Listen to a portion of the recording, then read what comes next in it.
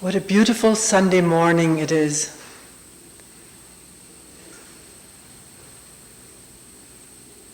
Lots of clouds. And pieces of blue sky in between.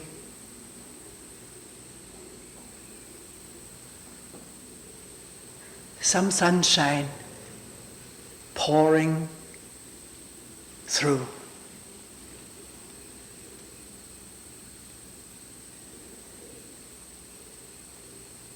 Are we here? With the rumbling motors and chirping, breathing.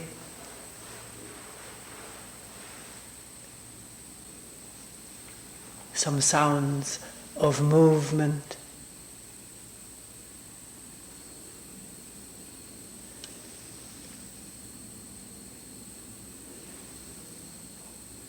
The hum of the motor, the cicadas, the breathing. Does it take effort to listen?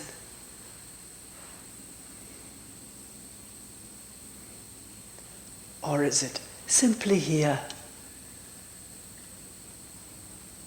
all at once?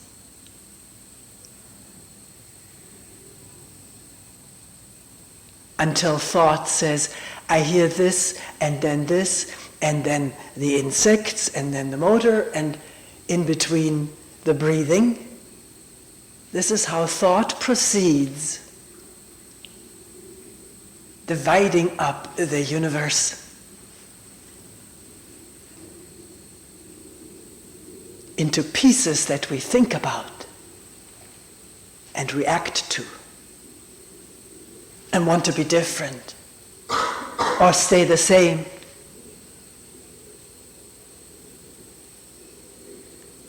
The rumbling of the motor, humming, breathing. We need words to communicate with each other. But in the listening itself, words are not needed. If they do come up, which is an entrenched habit of the brain to name everything, to know everything, to categorize it, and then react to it according to past experience. When that happens, can it be seen and heard as freshly as the motor humming, the naming, the reacting, the wanting or fearing?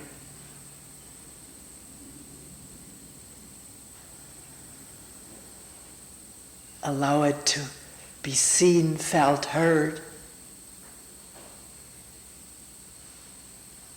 without making a thing out of it. Then it does not divide up what is originally whole and undivided being here.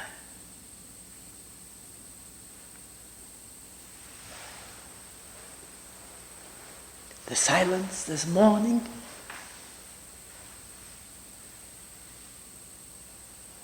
it doesn't matter whether there are sounds. They're all contained, permeated with silence. Not the silence of effort trying to make this mind quiet by hanging on to a practice.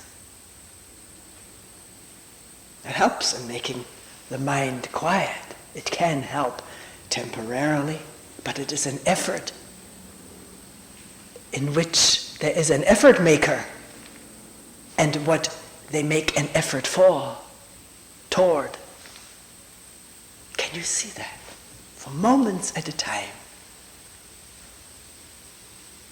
That effort is not needed. Because everything is here, as it is. Maybe not as we want it to be, but as it is. This moment of listening in silence. Listening to the words in silence. To reactions. Is it possible to listen to reactions in silence? It seems impossible. A reaction takes the body-mind away. Because the instant there is, I hate this, or I want to keep this, with past associations of pleasure or pain, the whole body is flooded with chemicals. The chemicals of wanting, the chemicals of keeping, the chemicals of resisting, of rejecting, of longing. These are all not just verbal, remembered reactions, but also chemical reactions throughout this body-mind, which can become palpable, transparently palpable, to a human being who begins to watch and listen in wonderment about this amazing organism.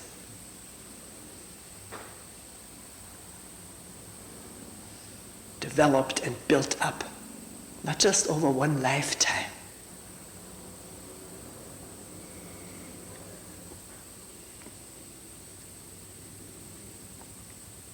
So, at the moment of flooding with chemical reactions, for or against, toward or away from, is there some awareness? Sometimes there is, maybe just a flickering of it. Sometimes there isn't. Most of the time there isn't. Find out. Find out for yourself. And when there is a flickering of awareness of being consumed with reaction, anger, fear, wanting,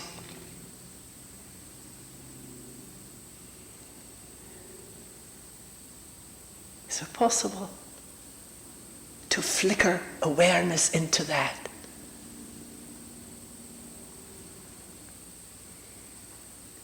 Of this forever wanting, forever fearing, so it seems, with its pains and pleasures. Not judgmentally. That's what this body-mind is conditioned to do. Feel something, judge it. Judge it and want to keep it, judge it and want to get rid of it. Watch that.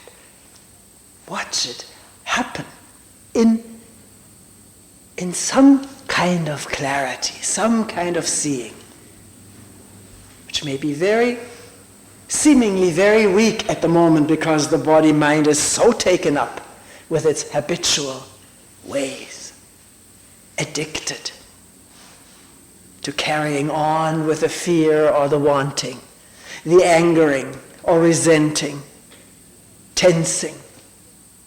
You name it. You can watch it.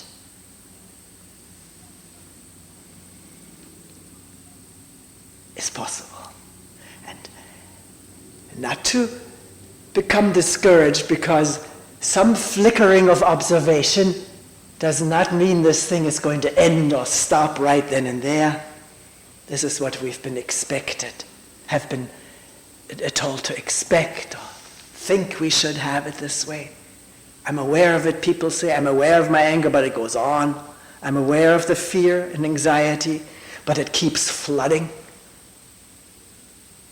Implied in that statement is, what good is it to be aware? It goes on anyways, this conditioned human reactivity.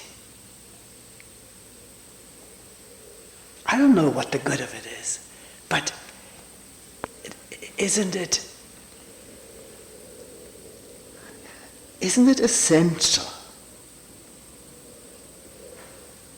Let some light be brought into our darkness of reacting and becoming absorbed and carried away by ideas which trigger the chemicals, which trigger the desire to act on it. And do these foolish things that we human beings do to ourselves and each other. Foolish, painful, violent, at times loving and kind.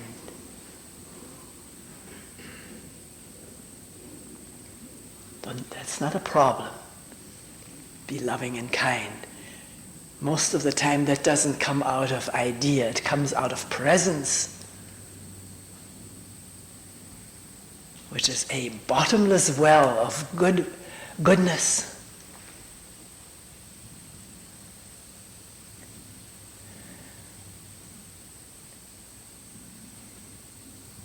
So,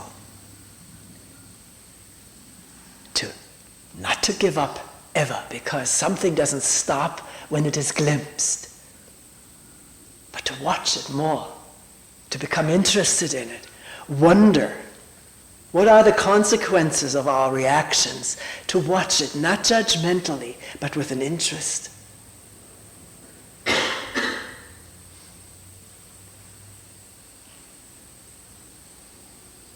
So that in this observing,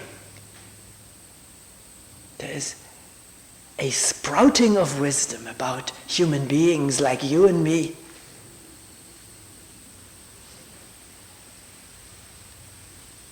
How a sound or sight associated in the mind with ideas of good and bad laid down in the past can mobilize this body out of a peaceful mood into anger or fear with an amazing rapidity and intensity, in which we don't see each other anymore. That bottomless well of goodness and love is closed up or avalanched over.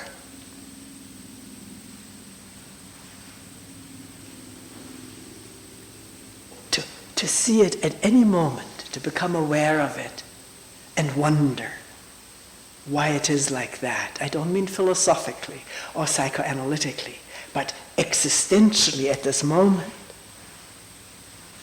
Why this upset? Why this reaction? And to watch it. The question why not leading to pondering and thinking necessarily, but more watching. Awaring, which in itself has no reactivity. The rustling of leaves in the wind is there, isn't it? It need not be reacted to. The anger arising, is it just there without needing to be reacted to, rejected or justified?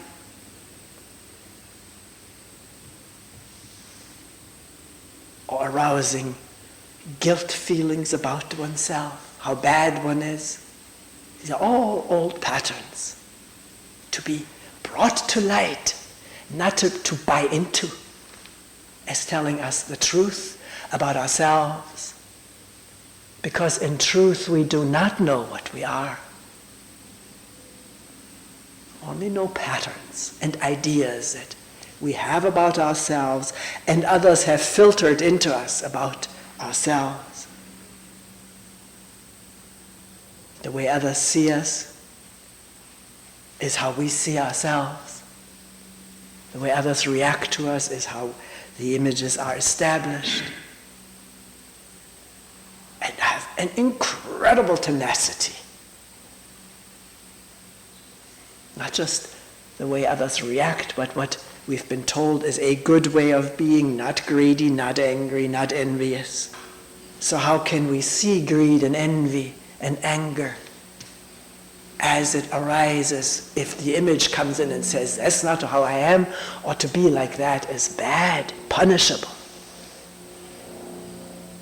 then the clarity of listening, in which an airplane has plenty of space, is gone.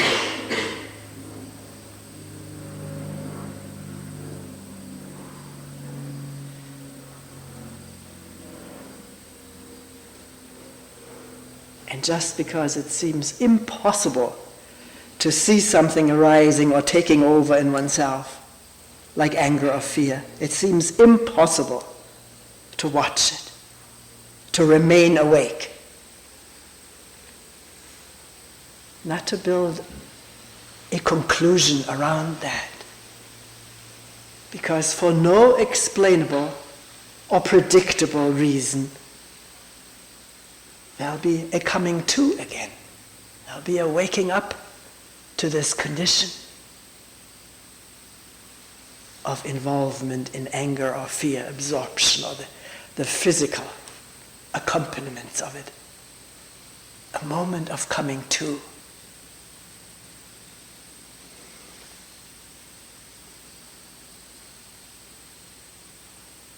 Which either is immediately overlaid with self-criticism or blaming others, or to see what's there with a new view, unobstructed by prejudice or blame.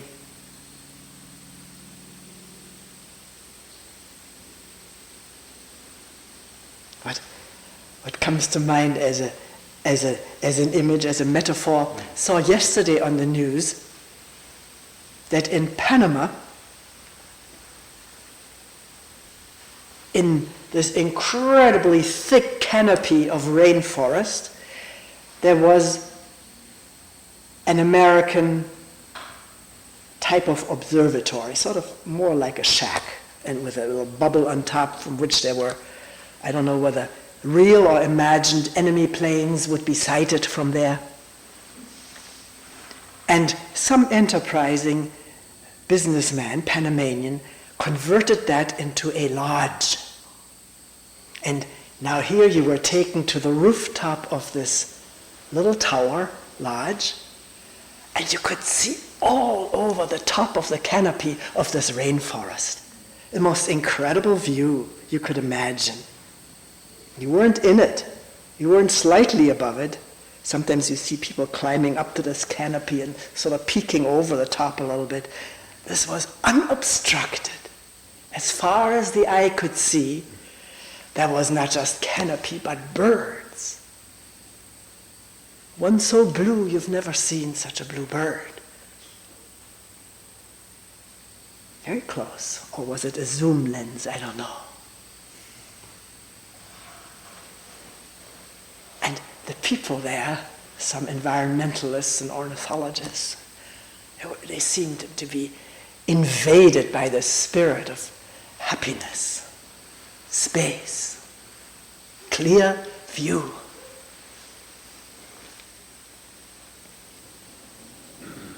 So, this is not impossible to happen to human beings like you and me, that something opens up and there's a view. The idea which has grown from reading and hearing enlightenment stories and what have you is that if there is an opening, there'll be eternal bliss or momentary bliss and light. But what may happen to one's surprise, like somebody just told me yesterday or the day before, there was a deep experience and this person saw his fears. He didn't go on to describe some phenomenal, how do you say, spectacular experience, but seeing one's fears and seeing through them person said, I'm not afraid of dying anymore. Experience came and went. It opened up and seemed to have gone again. And yet when these things happen, that something happens to us. We understand something very deeply that we haven't understood before. That fears, for instance, are conditioned being, which is wired into us, into every one of us, with a tremendous power not to be underestimated, made light of, or dismissed as being on the wrong path. Now, to see what it is, to understand it with a clear view that overlooks the whole canopy of stuff that we human beings are burdened with or blessed with, whichever way you look at it.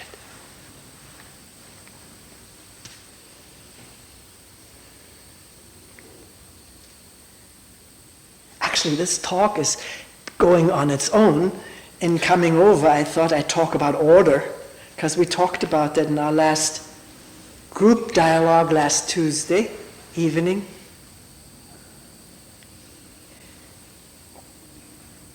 What is order? But it didn't go in that direction, but now it came up. What is order? And somebody mentioning and myself remembering very well, Krishnamurti talked a lot about first put your house in order. It was almost like a commandment. That's how it sounded. Put your own house in order first. Because he often also said the first step is the last step. So what's our own house? Right now at this moment it is a lovely, light, spacious sitting room. Plants cascading over the wall.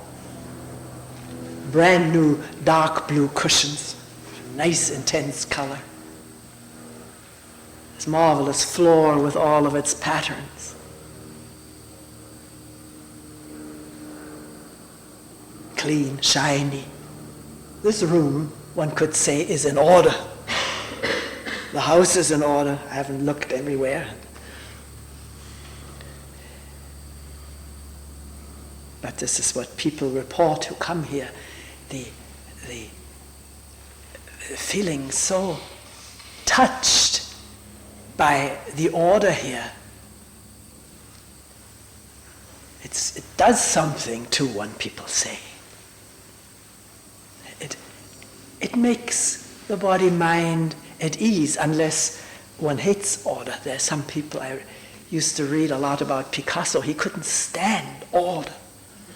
And if any one of his many companions would try to put some order, throw away some old clothes of his, or just to lift the litter a bit, he was furious. He said, don't touch anything, because I need this disorder to create pictures, works of art. They arise out of this stuff. I don't know even whether he called it disorder. I couldn't have lived with Picasso. Many reasons.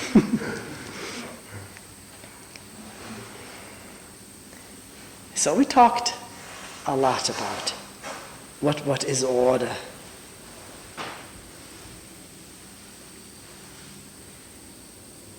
And what does it mean to put one's house in order? What is one's house?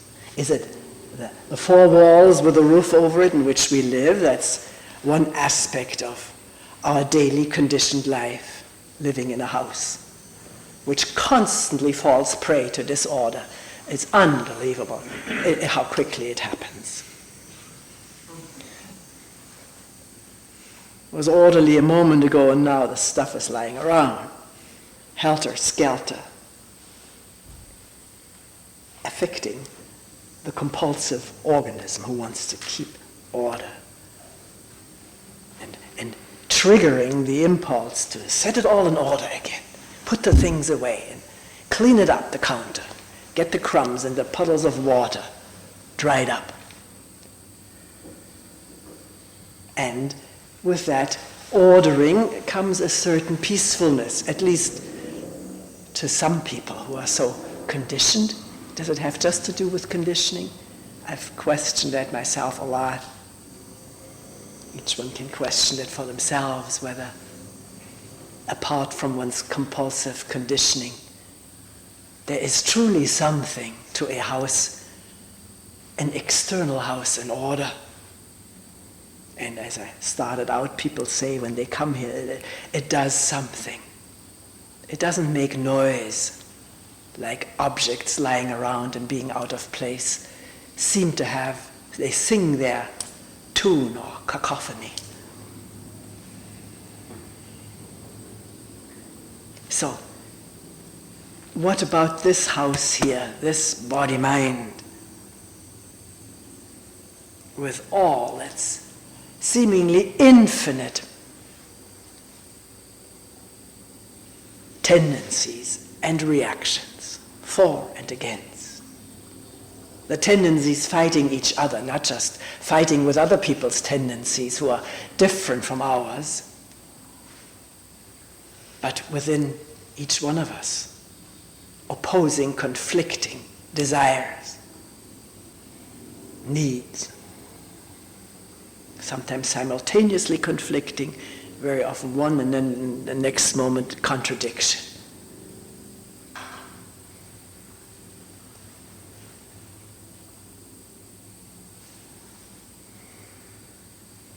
Can we have order in this house, which we call ourselves? Can there be order? Even though there are these enormous, deeply wired, opposing tendencies from different influences and so forth. One wants to be nice to somebody, and at the same time one wants to yell at this person. I can't begin to give examples. We can use our group discussion if we want to go into that particular aspect.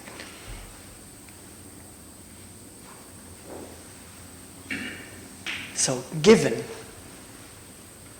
this kind of wiring installed since time immemorial in human beings, for and against, toward and away from,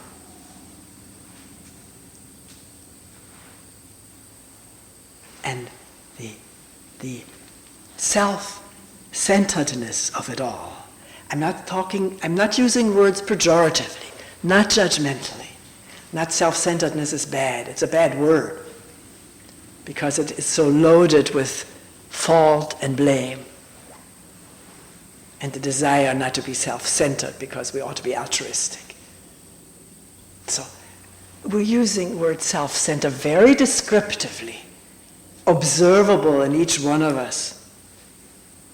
How when thoughts and emotions and feelings and sensations circulate about myself, my rights, what I believe deeply is right, and therefore something else must be wrong, and the emotions that come with being exposed to the other's wrong, or having to give into that, or adjust to it. That's what I call self-centeredness. Involved with this kernel of meanness, my ways, which are unquestioned, which may be unquestioned. They may already be punctured, perforated with bits of awareness. Unless they are powerfully demanding their just due, with the resulting clashes, tensions among each other. Because what you do, I can see it's not right, it's off, it's wrong. It's selfish. You are selfish. So as long as this self-center is lodged there, generating reactions and opinions and convictions and all the emotions that go with it, can there be order in this house? The order of clear view.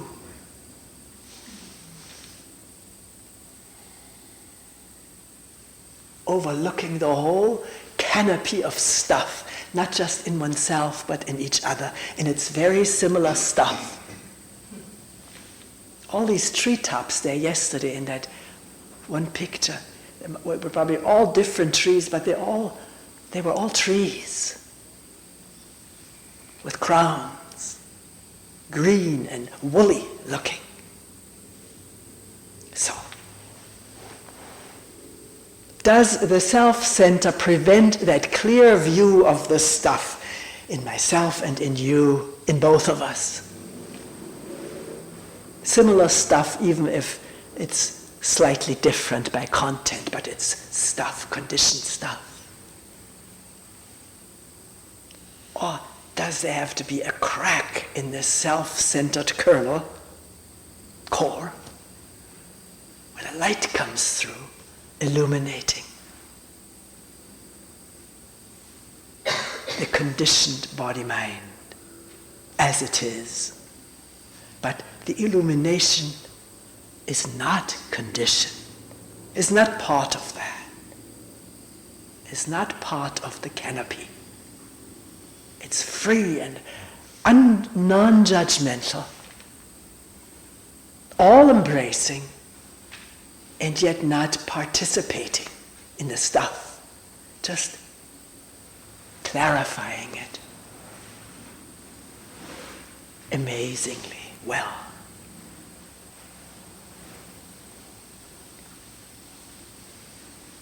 Which translated into our everyday lives could sound something like, even though there is massive disorder within and outside, in ourselves and others and in the environment, how clearly can it be viewed without hassling or tangling with it, fighting it, bombing it, justifying it, just understanding it as the first step and flowing with it if it cannot be changed without violence, or acting if the action comes naturally out of a clear view. Clear view is a birthplace for right action.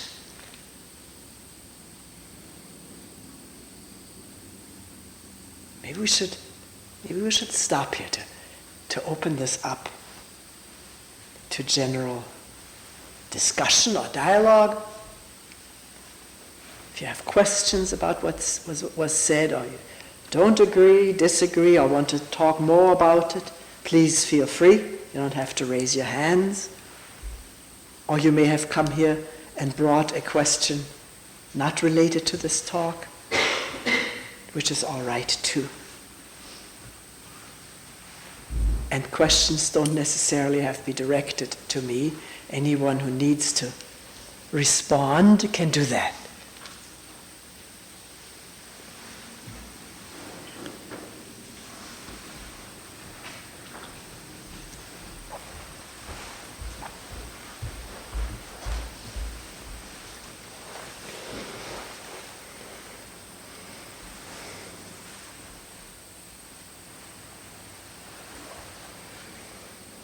When I hear you talk about order within and without, I get caught in a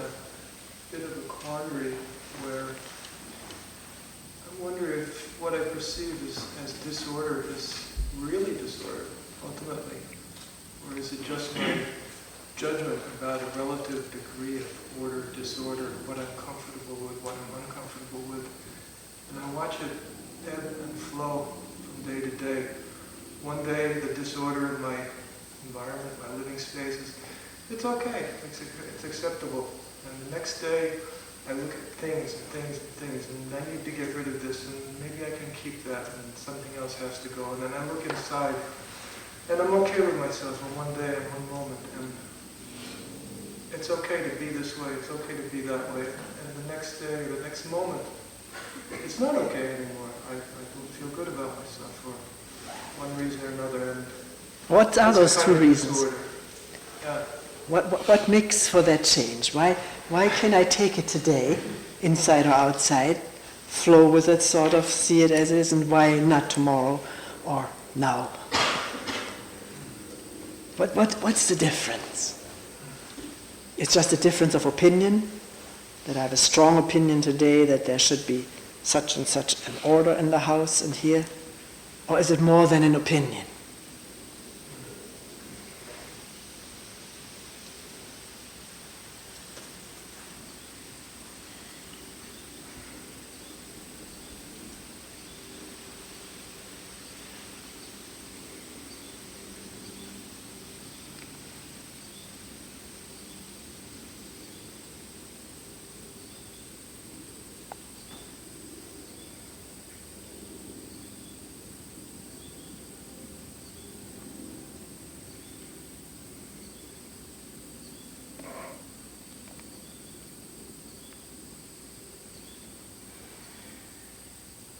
You're saying the condition may be the same. Stuff here, there. But something is different.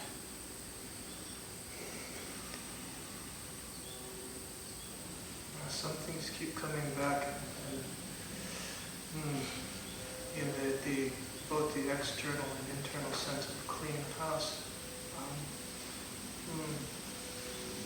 There's certain things that have become evident that need some attention to, well, it's a difficult word, but to improve that sense of order. And other things, it's not so clear. And you don't have to answer this right now. You just let that question operate, so you watch. What is it with me today that there's some ease, just using that word, and what is it today that there is dis-ease, meaning finding fault with everything, including myself? And you have to ultimately watch it, come upon it as it happens. Theoretically, we could give all kinds of answers.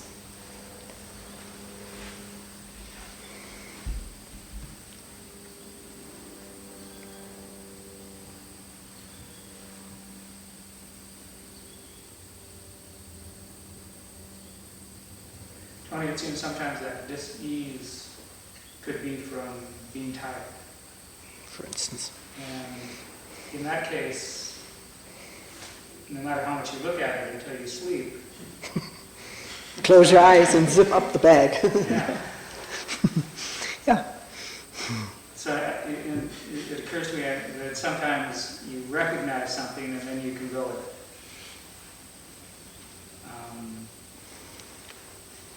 So when that sense of dis-ease comes up, it could be something calling for recognition too. Calling for Recognition. recognition that I'm tired, I'm frazzled, everything irritates Or other me. things as well. Yeah. But, so I mean, when we change, maybe it's the thing itself that's calling as well. Say that again. What? Say that again. When we get this sense of dis-ease occasionally, maybe it's that something asking for recognition. Yeah, why this dis-ease right now? Is that what you're saying? What's I'm sorry? why this dis-ease right now? Yeah. Yeah. But I mean, it's not just something in ourselves that happens to change and kind of overlay our exterior either. I mean, it can be an interplay too as well, right? And what? Interplay. Yeah. But keep it simple. I mean, you said, oh, I could be dead tired, and in this dead tiredness, everything is irritating. Or, for instance, I know this myself. At night, things, I gotta watch. So you do watch. You realize I'm tired, I'm frazzled, so take it easy, you say to yourself. It's a recognition. Don't just take these things for true irritators, but this may be an interaction between a exhausted organism and its sort of dilapidated attention or perception of things. Yeah. So not to, again, draw conclusions and but to be aware of the threshold is low for when tiredness. The threshold is low probably for anger too. Easier angry or resentful. So be careful in that state to not go overboard. And it's possible when it is recognized. That's and what is the character of that recognition?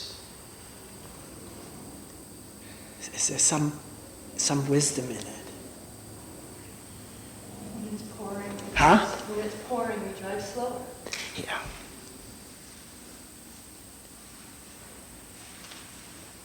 You don't curse the rain, but you drive slower. Huh? I mean, it happens so instantly. There's no struggle.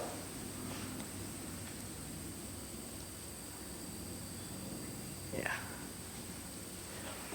But when you say that, like that, when you're more tired, you're perhaps more sensitive and things get on your nerves more, it makes me think that, are we always trying to be in control? That we also talked about that last week with that sort of that obsessive compulsive tendency to want to control things. And when you're tired, maybe that barrier is breaking down or something, and you're kind of aware that you're not able to control things as much and they become more irritating. I mean, what happens when you're tired that's different from... Or maybe the barrier, maybe the separation is building up when you're tired because of the thoughts about, oh, damn that, I have to do that, I'm tired, why can't I just go lie down? And I really wonder if the reaction to disorder is very much a matter of a division, of separation. Already, yeah.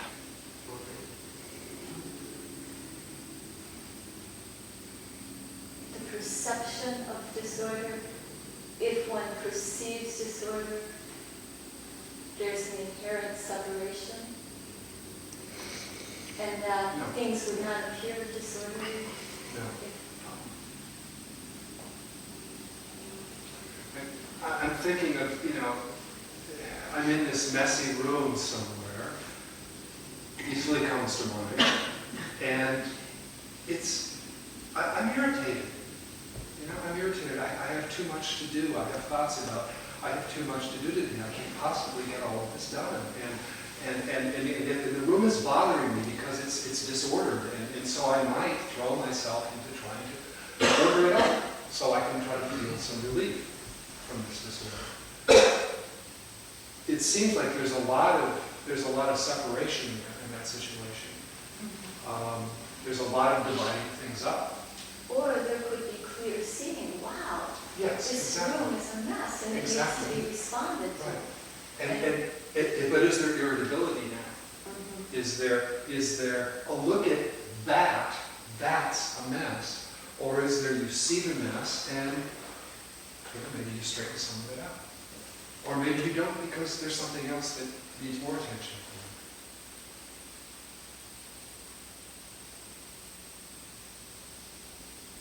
I think this is an idea I have. I don't know very much about chaos theory, but somewhere in the back of my head as I'm listening to this, something is saying, what about this chaos? Isn't chaos like the natural state of affairs in the world, leaves falling down in the fall and making a mess, and then we have to rake them up, and things just tending towards destruction and falling apart. And what is it within us that responds by grabbing the rake and raking it up? Is it that compulsive need to put things in order, or is there an inherent responsiveness to the situation? I think it depends on the situation. You don't go out and rake the woods, but you might rake your front lawn. I think that's part of the recognition, and maybe that's part of the awareness that we have too, is understanding what can be changed, what perhaps needs to be changed, and then the inherent way things go, the way the world is.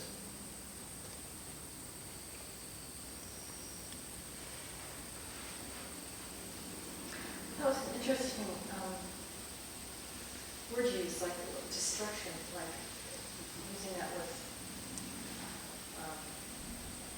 this chaos or disorder, or the perception of this chaos or disorder.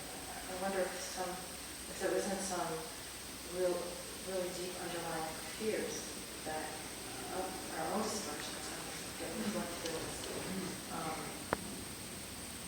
this sort of need for order, disorder. Because, and that sometimes maybe that's subconsciously or something more intensely, or maybe that's felt more if we're tired or different times, I don't know. But it's just there's some sort of need for order that will keep our destruction at bay somehow. Keep your what?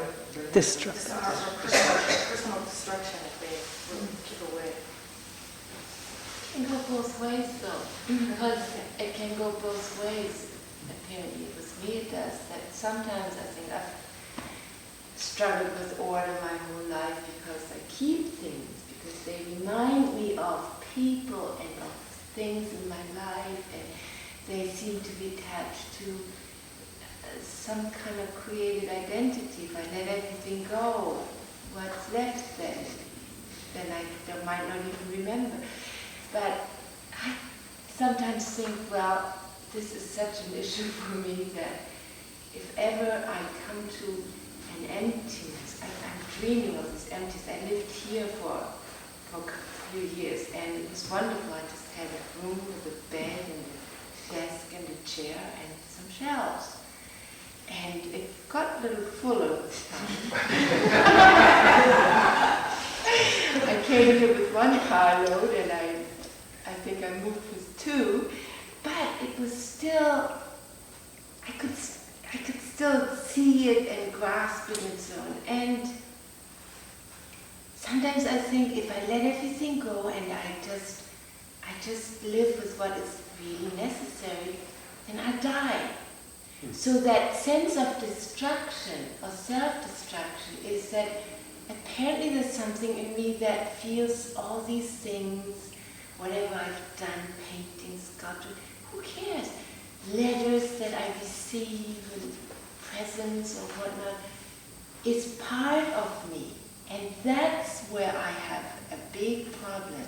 To let all this go, then what is left? I'm really very interested in finding out, but I can't do it yet. I don't have that courage.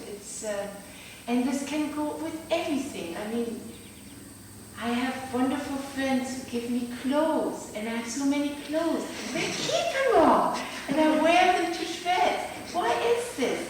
I realize it clutters my life. I have to maintain all these things.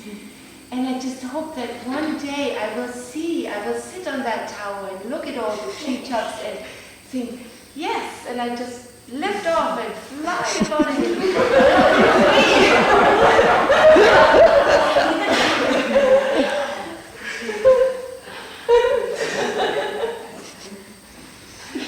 It's like I often hope that I come home and that building in which I live is just Has burnt down. and for many years I've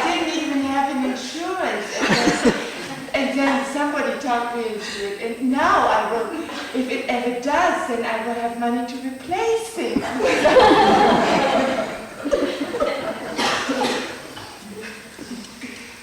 was wondering if in Krishnamurti, a lot of things he said were responses to questions and so. And I was wondering if that was an answer, like maybe a dialogue, maybe someone was asking about, if I should be involved in the world and working politics or so. I was thinking that kind of an answer to that might be get your own house in order before you go out and do things out in the world. I'm wondering if he was responding to something like that. Look at your own stuff and work on your own issues before you go out and try to save the world. Well, that's a limited thing. Should I work in the world? But he said this all the time. Very, very frequently, not just in response to what people ask. So what is it about this thing of setting one's own house in order? Now, I have some problem with, and I don't want to quote him, with saying do this first and then you can do that. We got to that the other night in the discussion on, I don't know what it was, order. D, you said, well, this sounds, what you say sounds as though first the mind should be free of all thoughts, and then there can be some insight, and it's good to clarify this. The insight into the clutter is the freeing. But let's be careful, because then we'll think of flying over the canopy and stuff.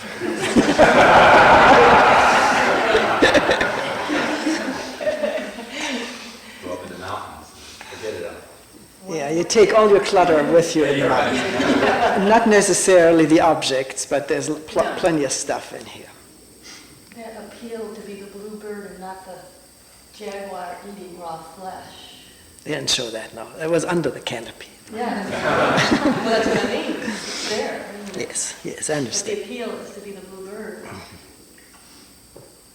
The whole notion of impermanence that I think you were talking about, or that we're sort of talking about.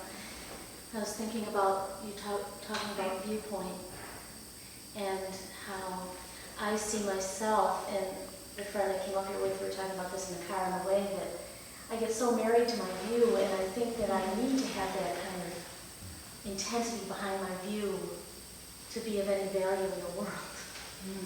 And yet, with that attachment, I come forward with a kind of the same kind of violence, I think, sometimes that I'm supposed to be. Yeah, it arouses violence. And that there's some way that what you were just saying, Ron, about being in the world. How can I be in the world if I'm so attached to my views? But I can't really see the impermanent nature of even them. And that's what this whole discussion is rising, calling forth for me.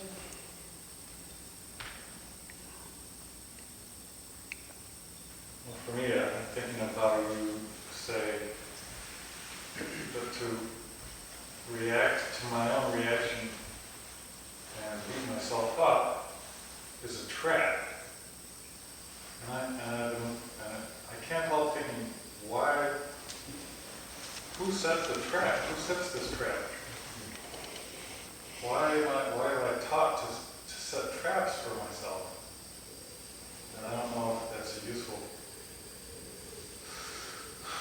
Well, just this week, I've been planning to speed up things by buying stencils and sandblasting signs, so I wouldn't have to tediously carve things, spend days. I would just take the stencil, put it on, and blast it. But I spent $200 on the stencils, and they just blew up. The sand just blew up the stencils, and so obviously it's going to take me some long time to learn how to do it, which I don't have. And I just felt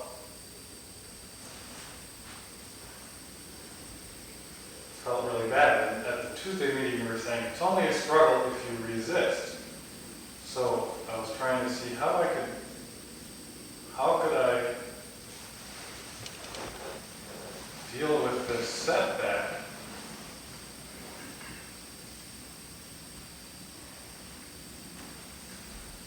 Because I want to be happy, I don't want to be unhappy about it, but at the same time, I don't know how, where is it struggle?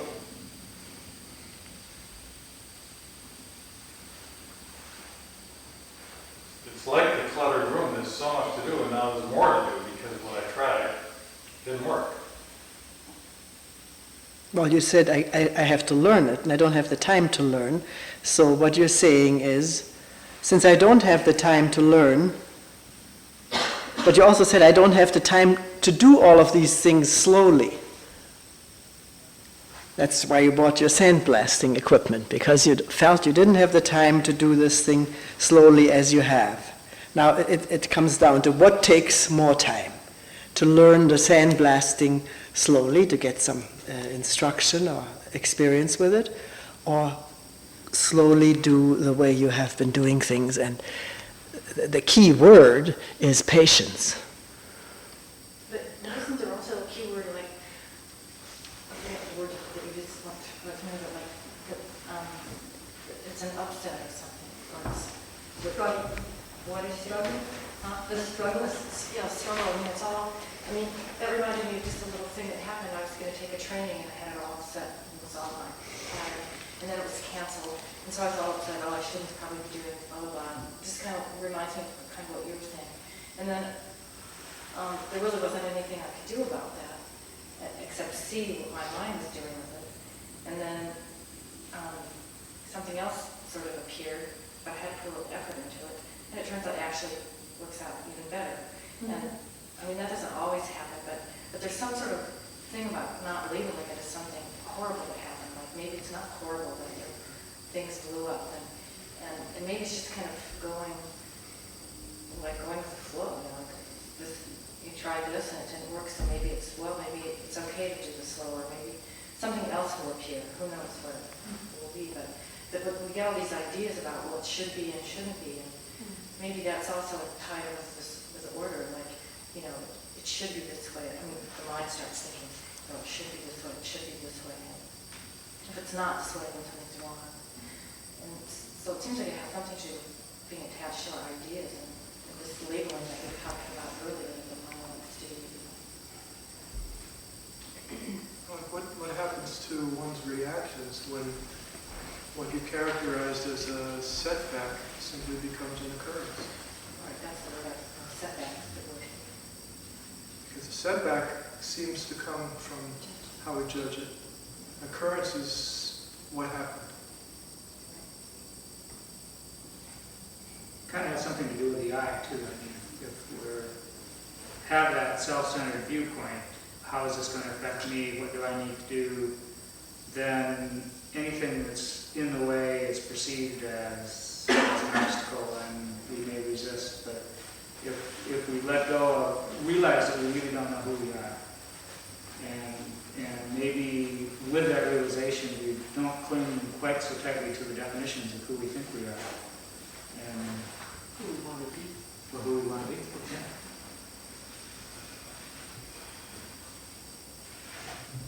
I wonder if you could say something more, Toni, about your disagreement with Picasso. It's interesting to characterize that as one of order versus discipline. And I don't know that much about Picasso's personal life. I suspect it was what most people would think of as fairly disorderly, but it's also clear from every inch of every canvas that you can see of his or his sculptures or anything that he had a profound, pervasive respect, admiration, love of order. And even thinking about chaos theory, which is really probably a misnomer because it's not about chaos, it's about complex systems. And there simply may be a suggestion in this that there are either different forms of order or different ideas of order or different attachments to different kinds of order. Within that, is there something overall that we would call order that we would value?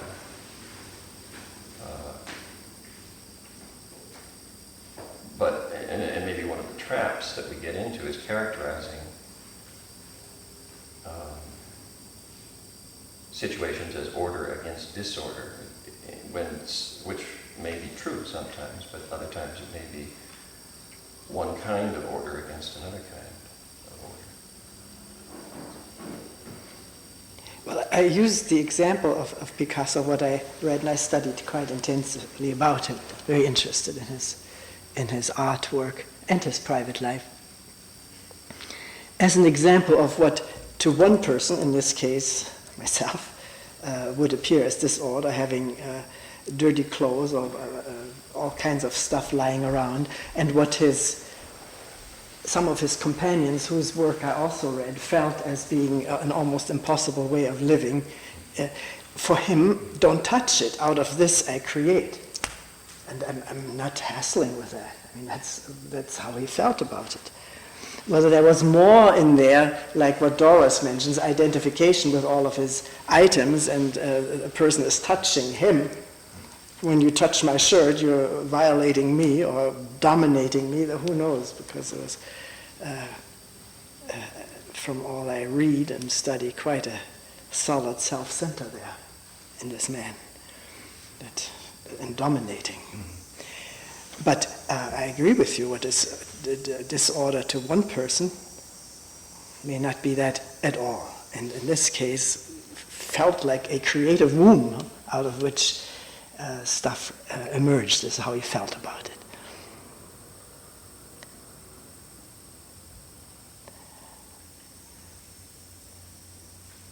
I wonder if another way of looking at disorder is what we've said before, looking as if not knowing. I notice at times when something, working with someone, I don't know what the heck to do or whatever, and I feel just at ease, I feel uncomfortable, question my ability and stuff, and whatever. And it just, like, later I look at it, it looks like just not knowing, just, and seem confused, but just, and then, something, okay. Then something comes up, a way to work with this situation or what. And then, look at it later and say, well, that time of this not knowing, not understanding, just not knowing what to do next, it helped prepare the ground for something, some way to work with that situation or whatever.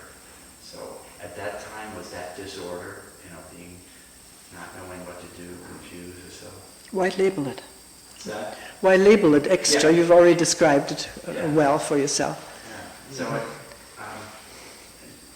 out of that disorder, whatever, like you said, no need to label it. Some understanding or some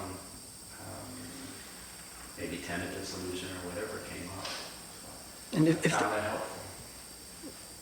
if there's truly a state of not knowing, not just throwing one's arms up and rolling one's eyes and say, I don't know what to do, but not knowing, out of that come responses in an amazing way. So I wouldn't say they came out of disorder, but came out of not knowing.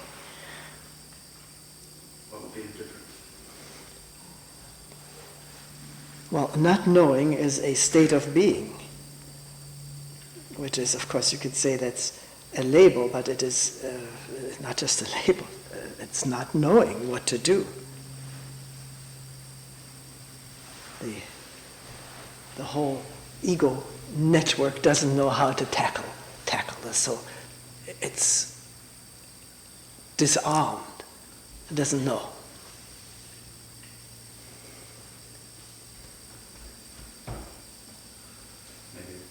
Maybe that's similar to that creative process that an artist might, Picasso might, get his seeds of his work, is that place of not knowing. But just feeling this out, this state of not knowing, I would never use the label disorder for that, because it is dark, it is not cluttered. It is open to listen and look freshly. not cluttered with all kinds of opinions, because that's knowing. I know what to do, or I know what I am, or what they are. Not knowing is holding all of that in abeyance. And then, where is it? So maybe for a moment there I was a not knowing, but then later came all this maybe judgment, something, fear, different types of reactions to. And I'm confused. I shouldn't be confused. What is confusion? Meaning, there's a feeling it shouldn't be the way it is. That's what's confusing to me. It ought to be this way, it shouldn't be that way. So if you see that, you drop that word confusion, which has a trigger. I ought not be confused.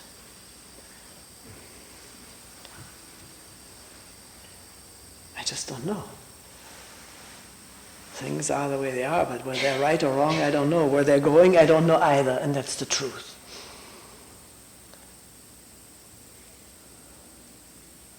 I think what often happens for me is I could be experiencing disorder, and there's a whole array of disorder. It could be disorder that really does need a response. But a lot of times I think what it is that some space opens up, and I have trouble dealing with the underlying anxiety and it's so easy to place it on some disorder. But if there was some way to just address, the anxiety, to allow for the space of not knowing to open up. And I think it's too easy. I think like everybody seems like they're coming from a lot of being too busy and lives that are so full, that when some time does open up, I feel like I'm so patterned to respond in a way of trying to be in control, or what needs to be done next, or where's some toys that need to be put away, instead of just letting myself settle for a little, and if anxiety comes up, to be a little more patient to experience that, instead of thinking it has some solution, needs to come too quickly. And so I feel like my challenge is how to be more patient, or just be with that and allow more of that not knowing to be okay, so that out of that some other things will emerge that feel richer and more whole. And see whether it isn't possible to live with anxiety in the face of not knowing. To really let that manifest, let that show itself and be felt. Because it's an inevitable thing that arises, because by controlling we have sort of bound it up, cemented it in. If that cement of controlling breaks up, then up surfaces anxiety. Well, what is it? What is this? And is it livable with? Is it survivable, if you will, to live with a sense of anxiety? If you ask that and keep that question alive, you will find out that it's altogether possible to live with some sense of anxiety. And in really experiencing it, feeling it, and wondering about it, it changes. Because now there's some attention, some wondering, not knowing. But this idea we have that we should have a life washed clean of fear and anxiety is one to drop. And rather live with what manifests and see what that really is, because we have so abhorred that, or been so afraid of anxiety, that we haven't touched it immediately.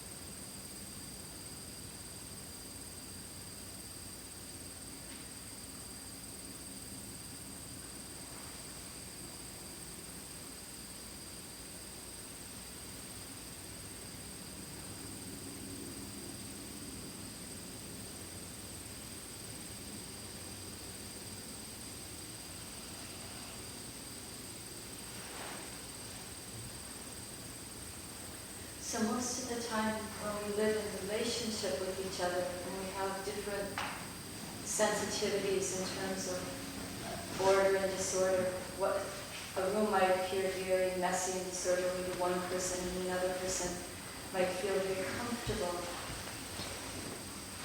How do we respond? What are we responding to in our relationships to each other and to the environment?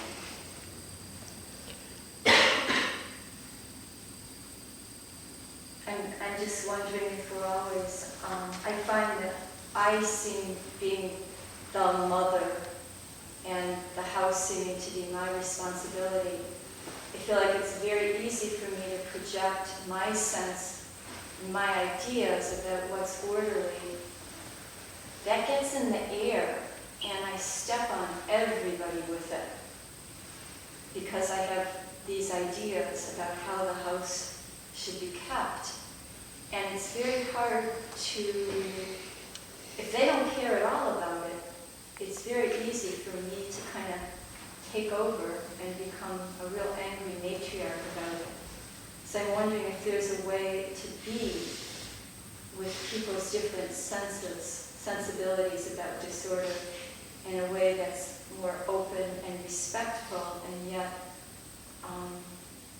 also takes into account one's own sensitivity.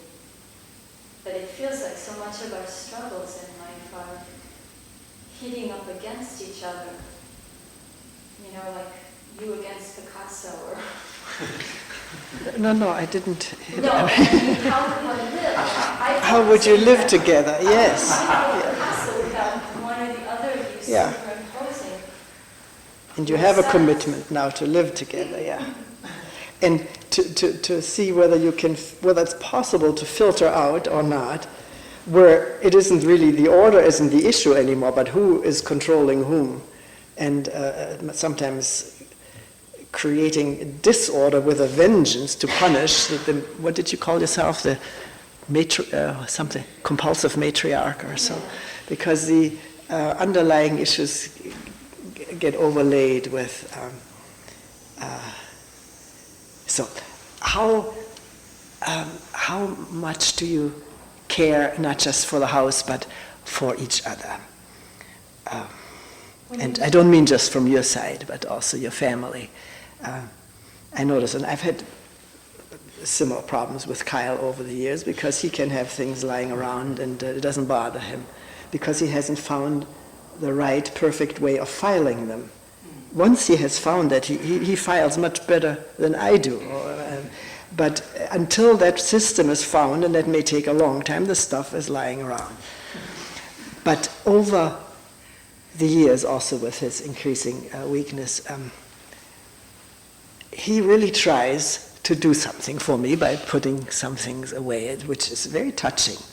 And he doesn't have much ease anymore to move around or so, but I can see that what used to be sort of sometimes even a little bit of fight or getting back at each other or so, that's dropped away, and now he's really trying to put things in order as much as he can. And that's caring for each other's neuroticisms, if you will. Although he has essentially also a good feeling for something looking nice and spacious. But maybe in one's younger years, one doesn't come to that wisdom, and I count you as younger years. There's still sort of a little bit fight in the air, or else oblivion, just not caring. Or maybe you've been so angry so many times that there has to be a avenging or a revenge for that. I don't know what all the dynamics are in a family. It's just happening for me now, and I was saying that. The orderly way I saw it was, I saw Carol's clock say almost 2:15, so we were ending. That was the order. You spoke, and I noticed how I went, and I had to close my eyes and really get in my body for a second. Then, oh yeah, I'm here. Oh, it's wind. Oh, she's talking. She's talking. And I look at her. She's wonderful. And then there's all this wonderful stuff that came. And so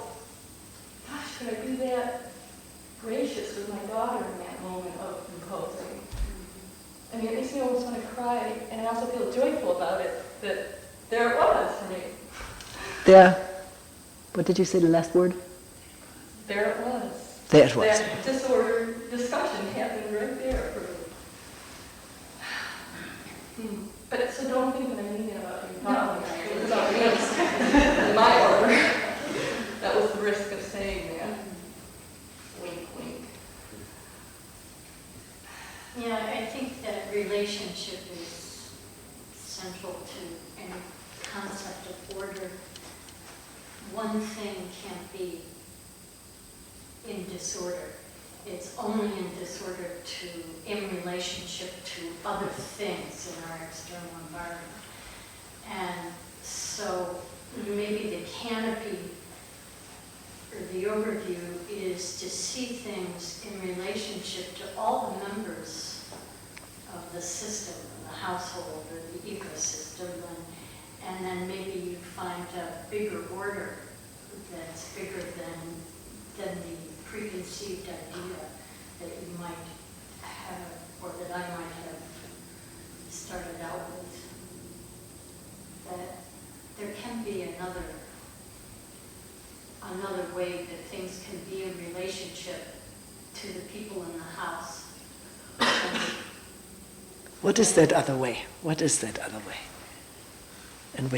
What is that other way? You say there can be another way in which things can be in relationship. I'm saying that if I have a preconceived notion of the way things should be, I understand. then the canopy, or seeing the canopy, is recognizing that there can be another way in which things can be in relationship to the people and to the other things, so that a new order can come out of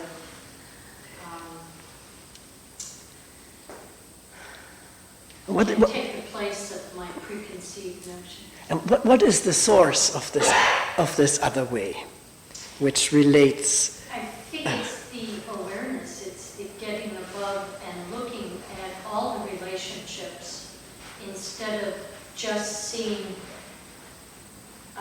being down in the forest or in the house and seeing the objects and their relationship to each other, to the other people and to me, to get another perspective, and out of that awareness grows the new sense of order. Is it just the awareness, or is there a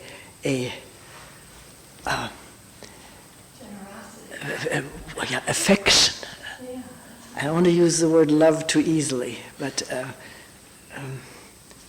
lovingness, something other than control.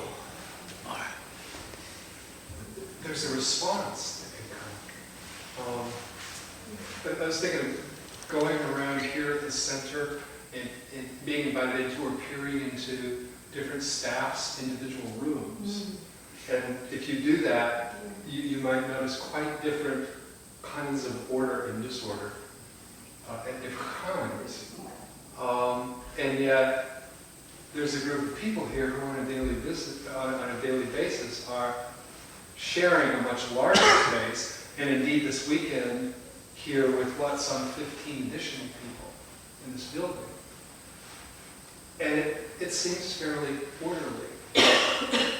And yet I at least don't have any sense of anybody imposing any order. I mean, I guess there are some rules, some guidelines and so forth. But it feels organic somehow, because with this number of people, it works better if the dirty dishes don't pile up at the sink for everybody.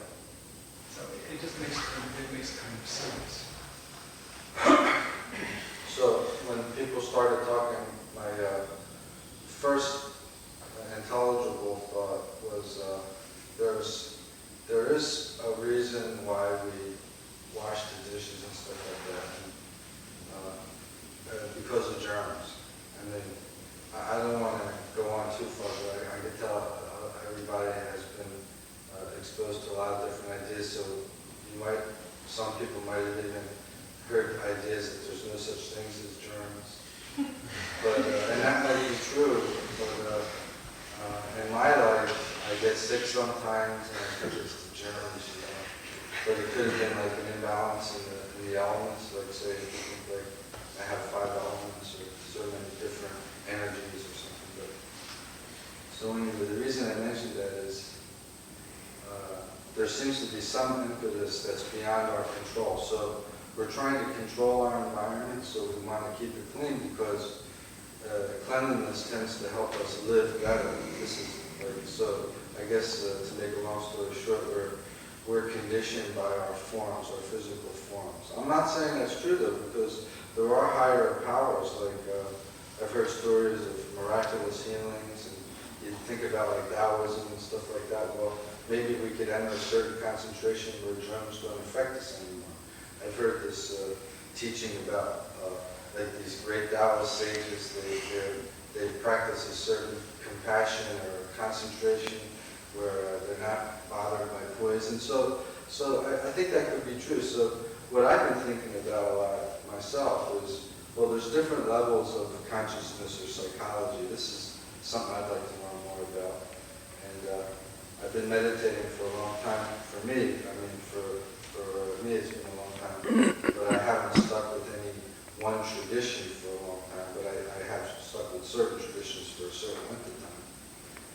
But and explaining like you ever meet somebody who says, what's it like to meditate? You know, and after being asked that question for so many times, I thought, well, it seems like there's the idea of, well, like concentration or any kind of formal teaching, Buddhism, Hinduism, there's all these divisions of concentration, but I was thinking character seems to be the closest thing in Western culture to what people are trying to develop. So character in the sense that we have some factors of concentration that we're developing and working with. So anyway, I just wanted to share that. And there's a lot to it. And then the last thing I wanted to share was that I started meditating, well, when I was 6 years old. I heard about meditation and I did it once, and then when I was 14, I read a book about it and I meditated till my breath stopped, and then it felt great. But then when I realized my breath stopped, I got scared, and then I didn't try meditating again for a while. And then the first teacher I met, or the second teacher, was Korean, and I really loved this peacefulness that I had from sitting with this particular school, although I learned later on all Korean Buddhists are not the same. So with him, he gave us so much space, and it was very healing.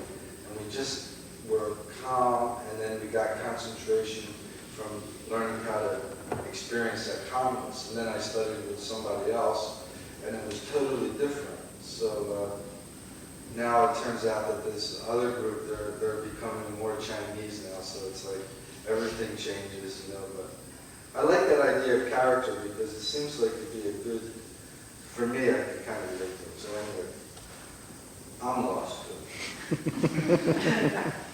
A lot of the But I think we can have perspective.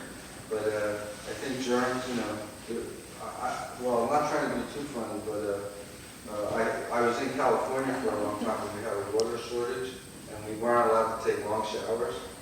So they said, take a really short shower. So it's on the radio, and everything was dying. So I got in the habit of taking one medium-sized shower once a week. And I felt good about it, but then I noticed the people that were my friends, they used to look at me kind of strange. And I didn't know that I had body odor. So, because when it's a natural thing for our noses, like if you smell the same smell for a long time, you kind of don't notice it after a while. You and So, House might have been good friends. but I think that's kind of the point that I was trying to share, is that there are these forces that we need to control to a certain degree because of our own organisms. So.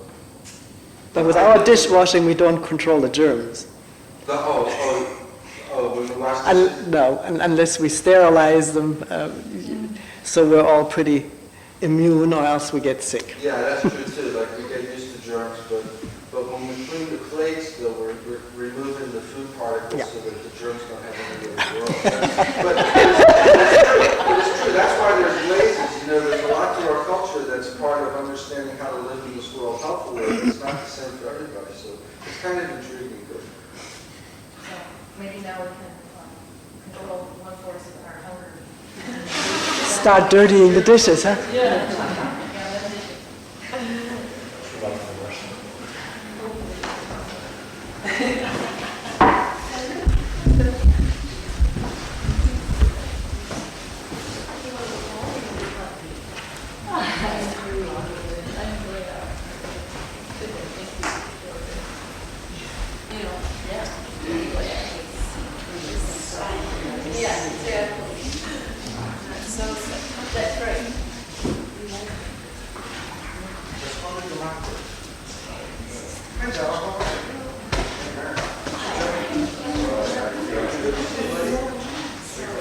is that your daughter that was sitting next to you? I still wonder what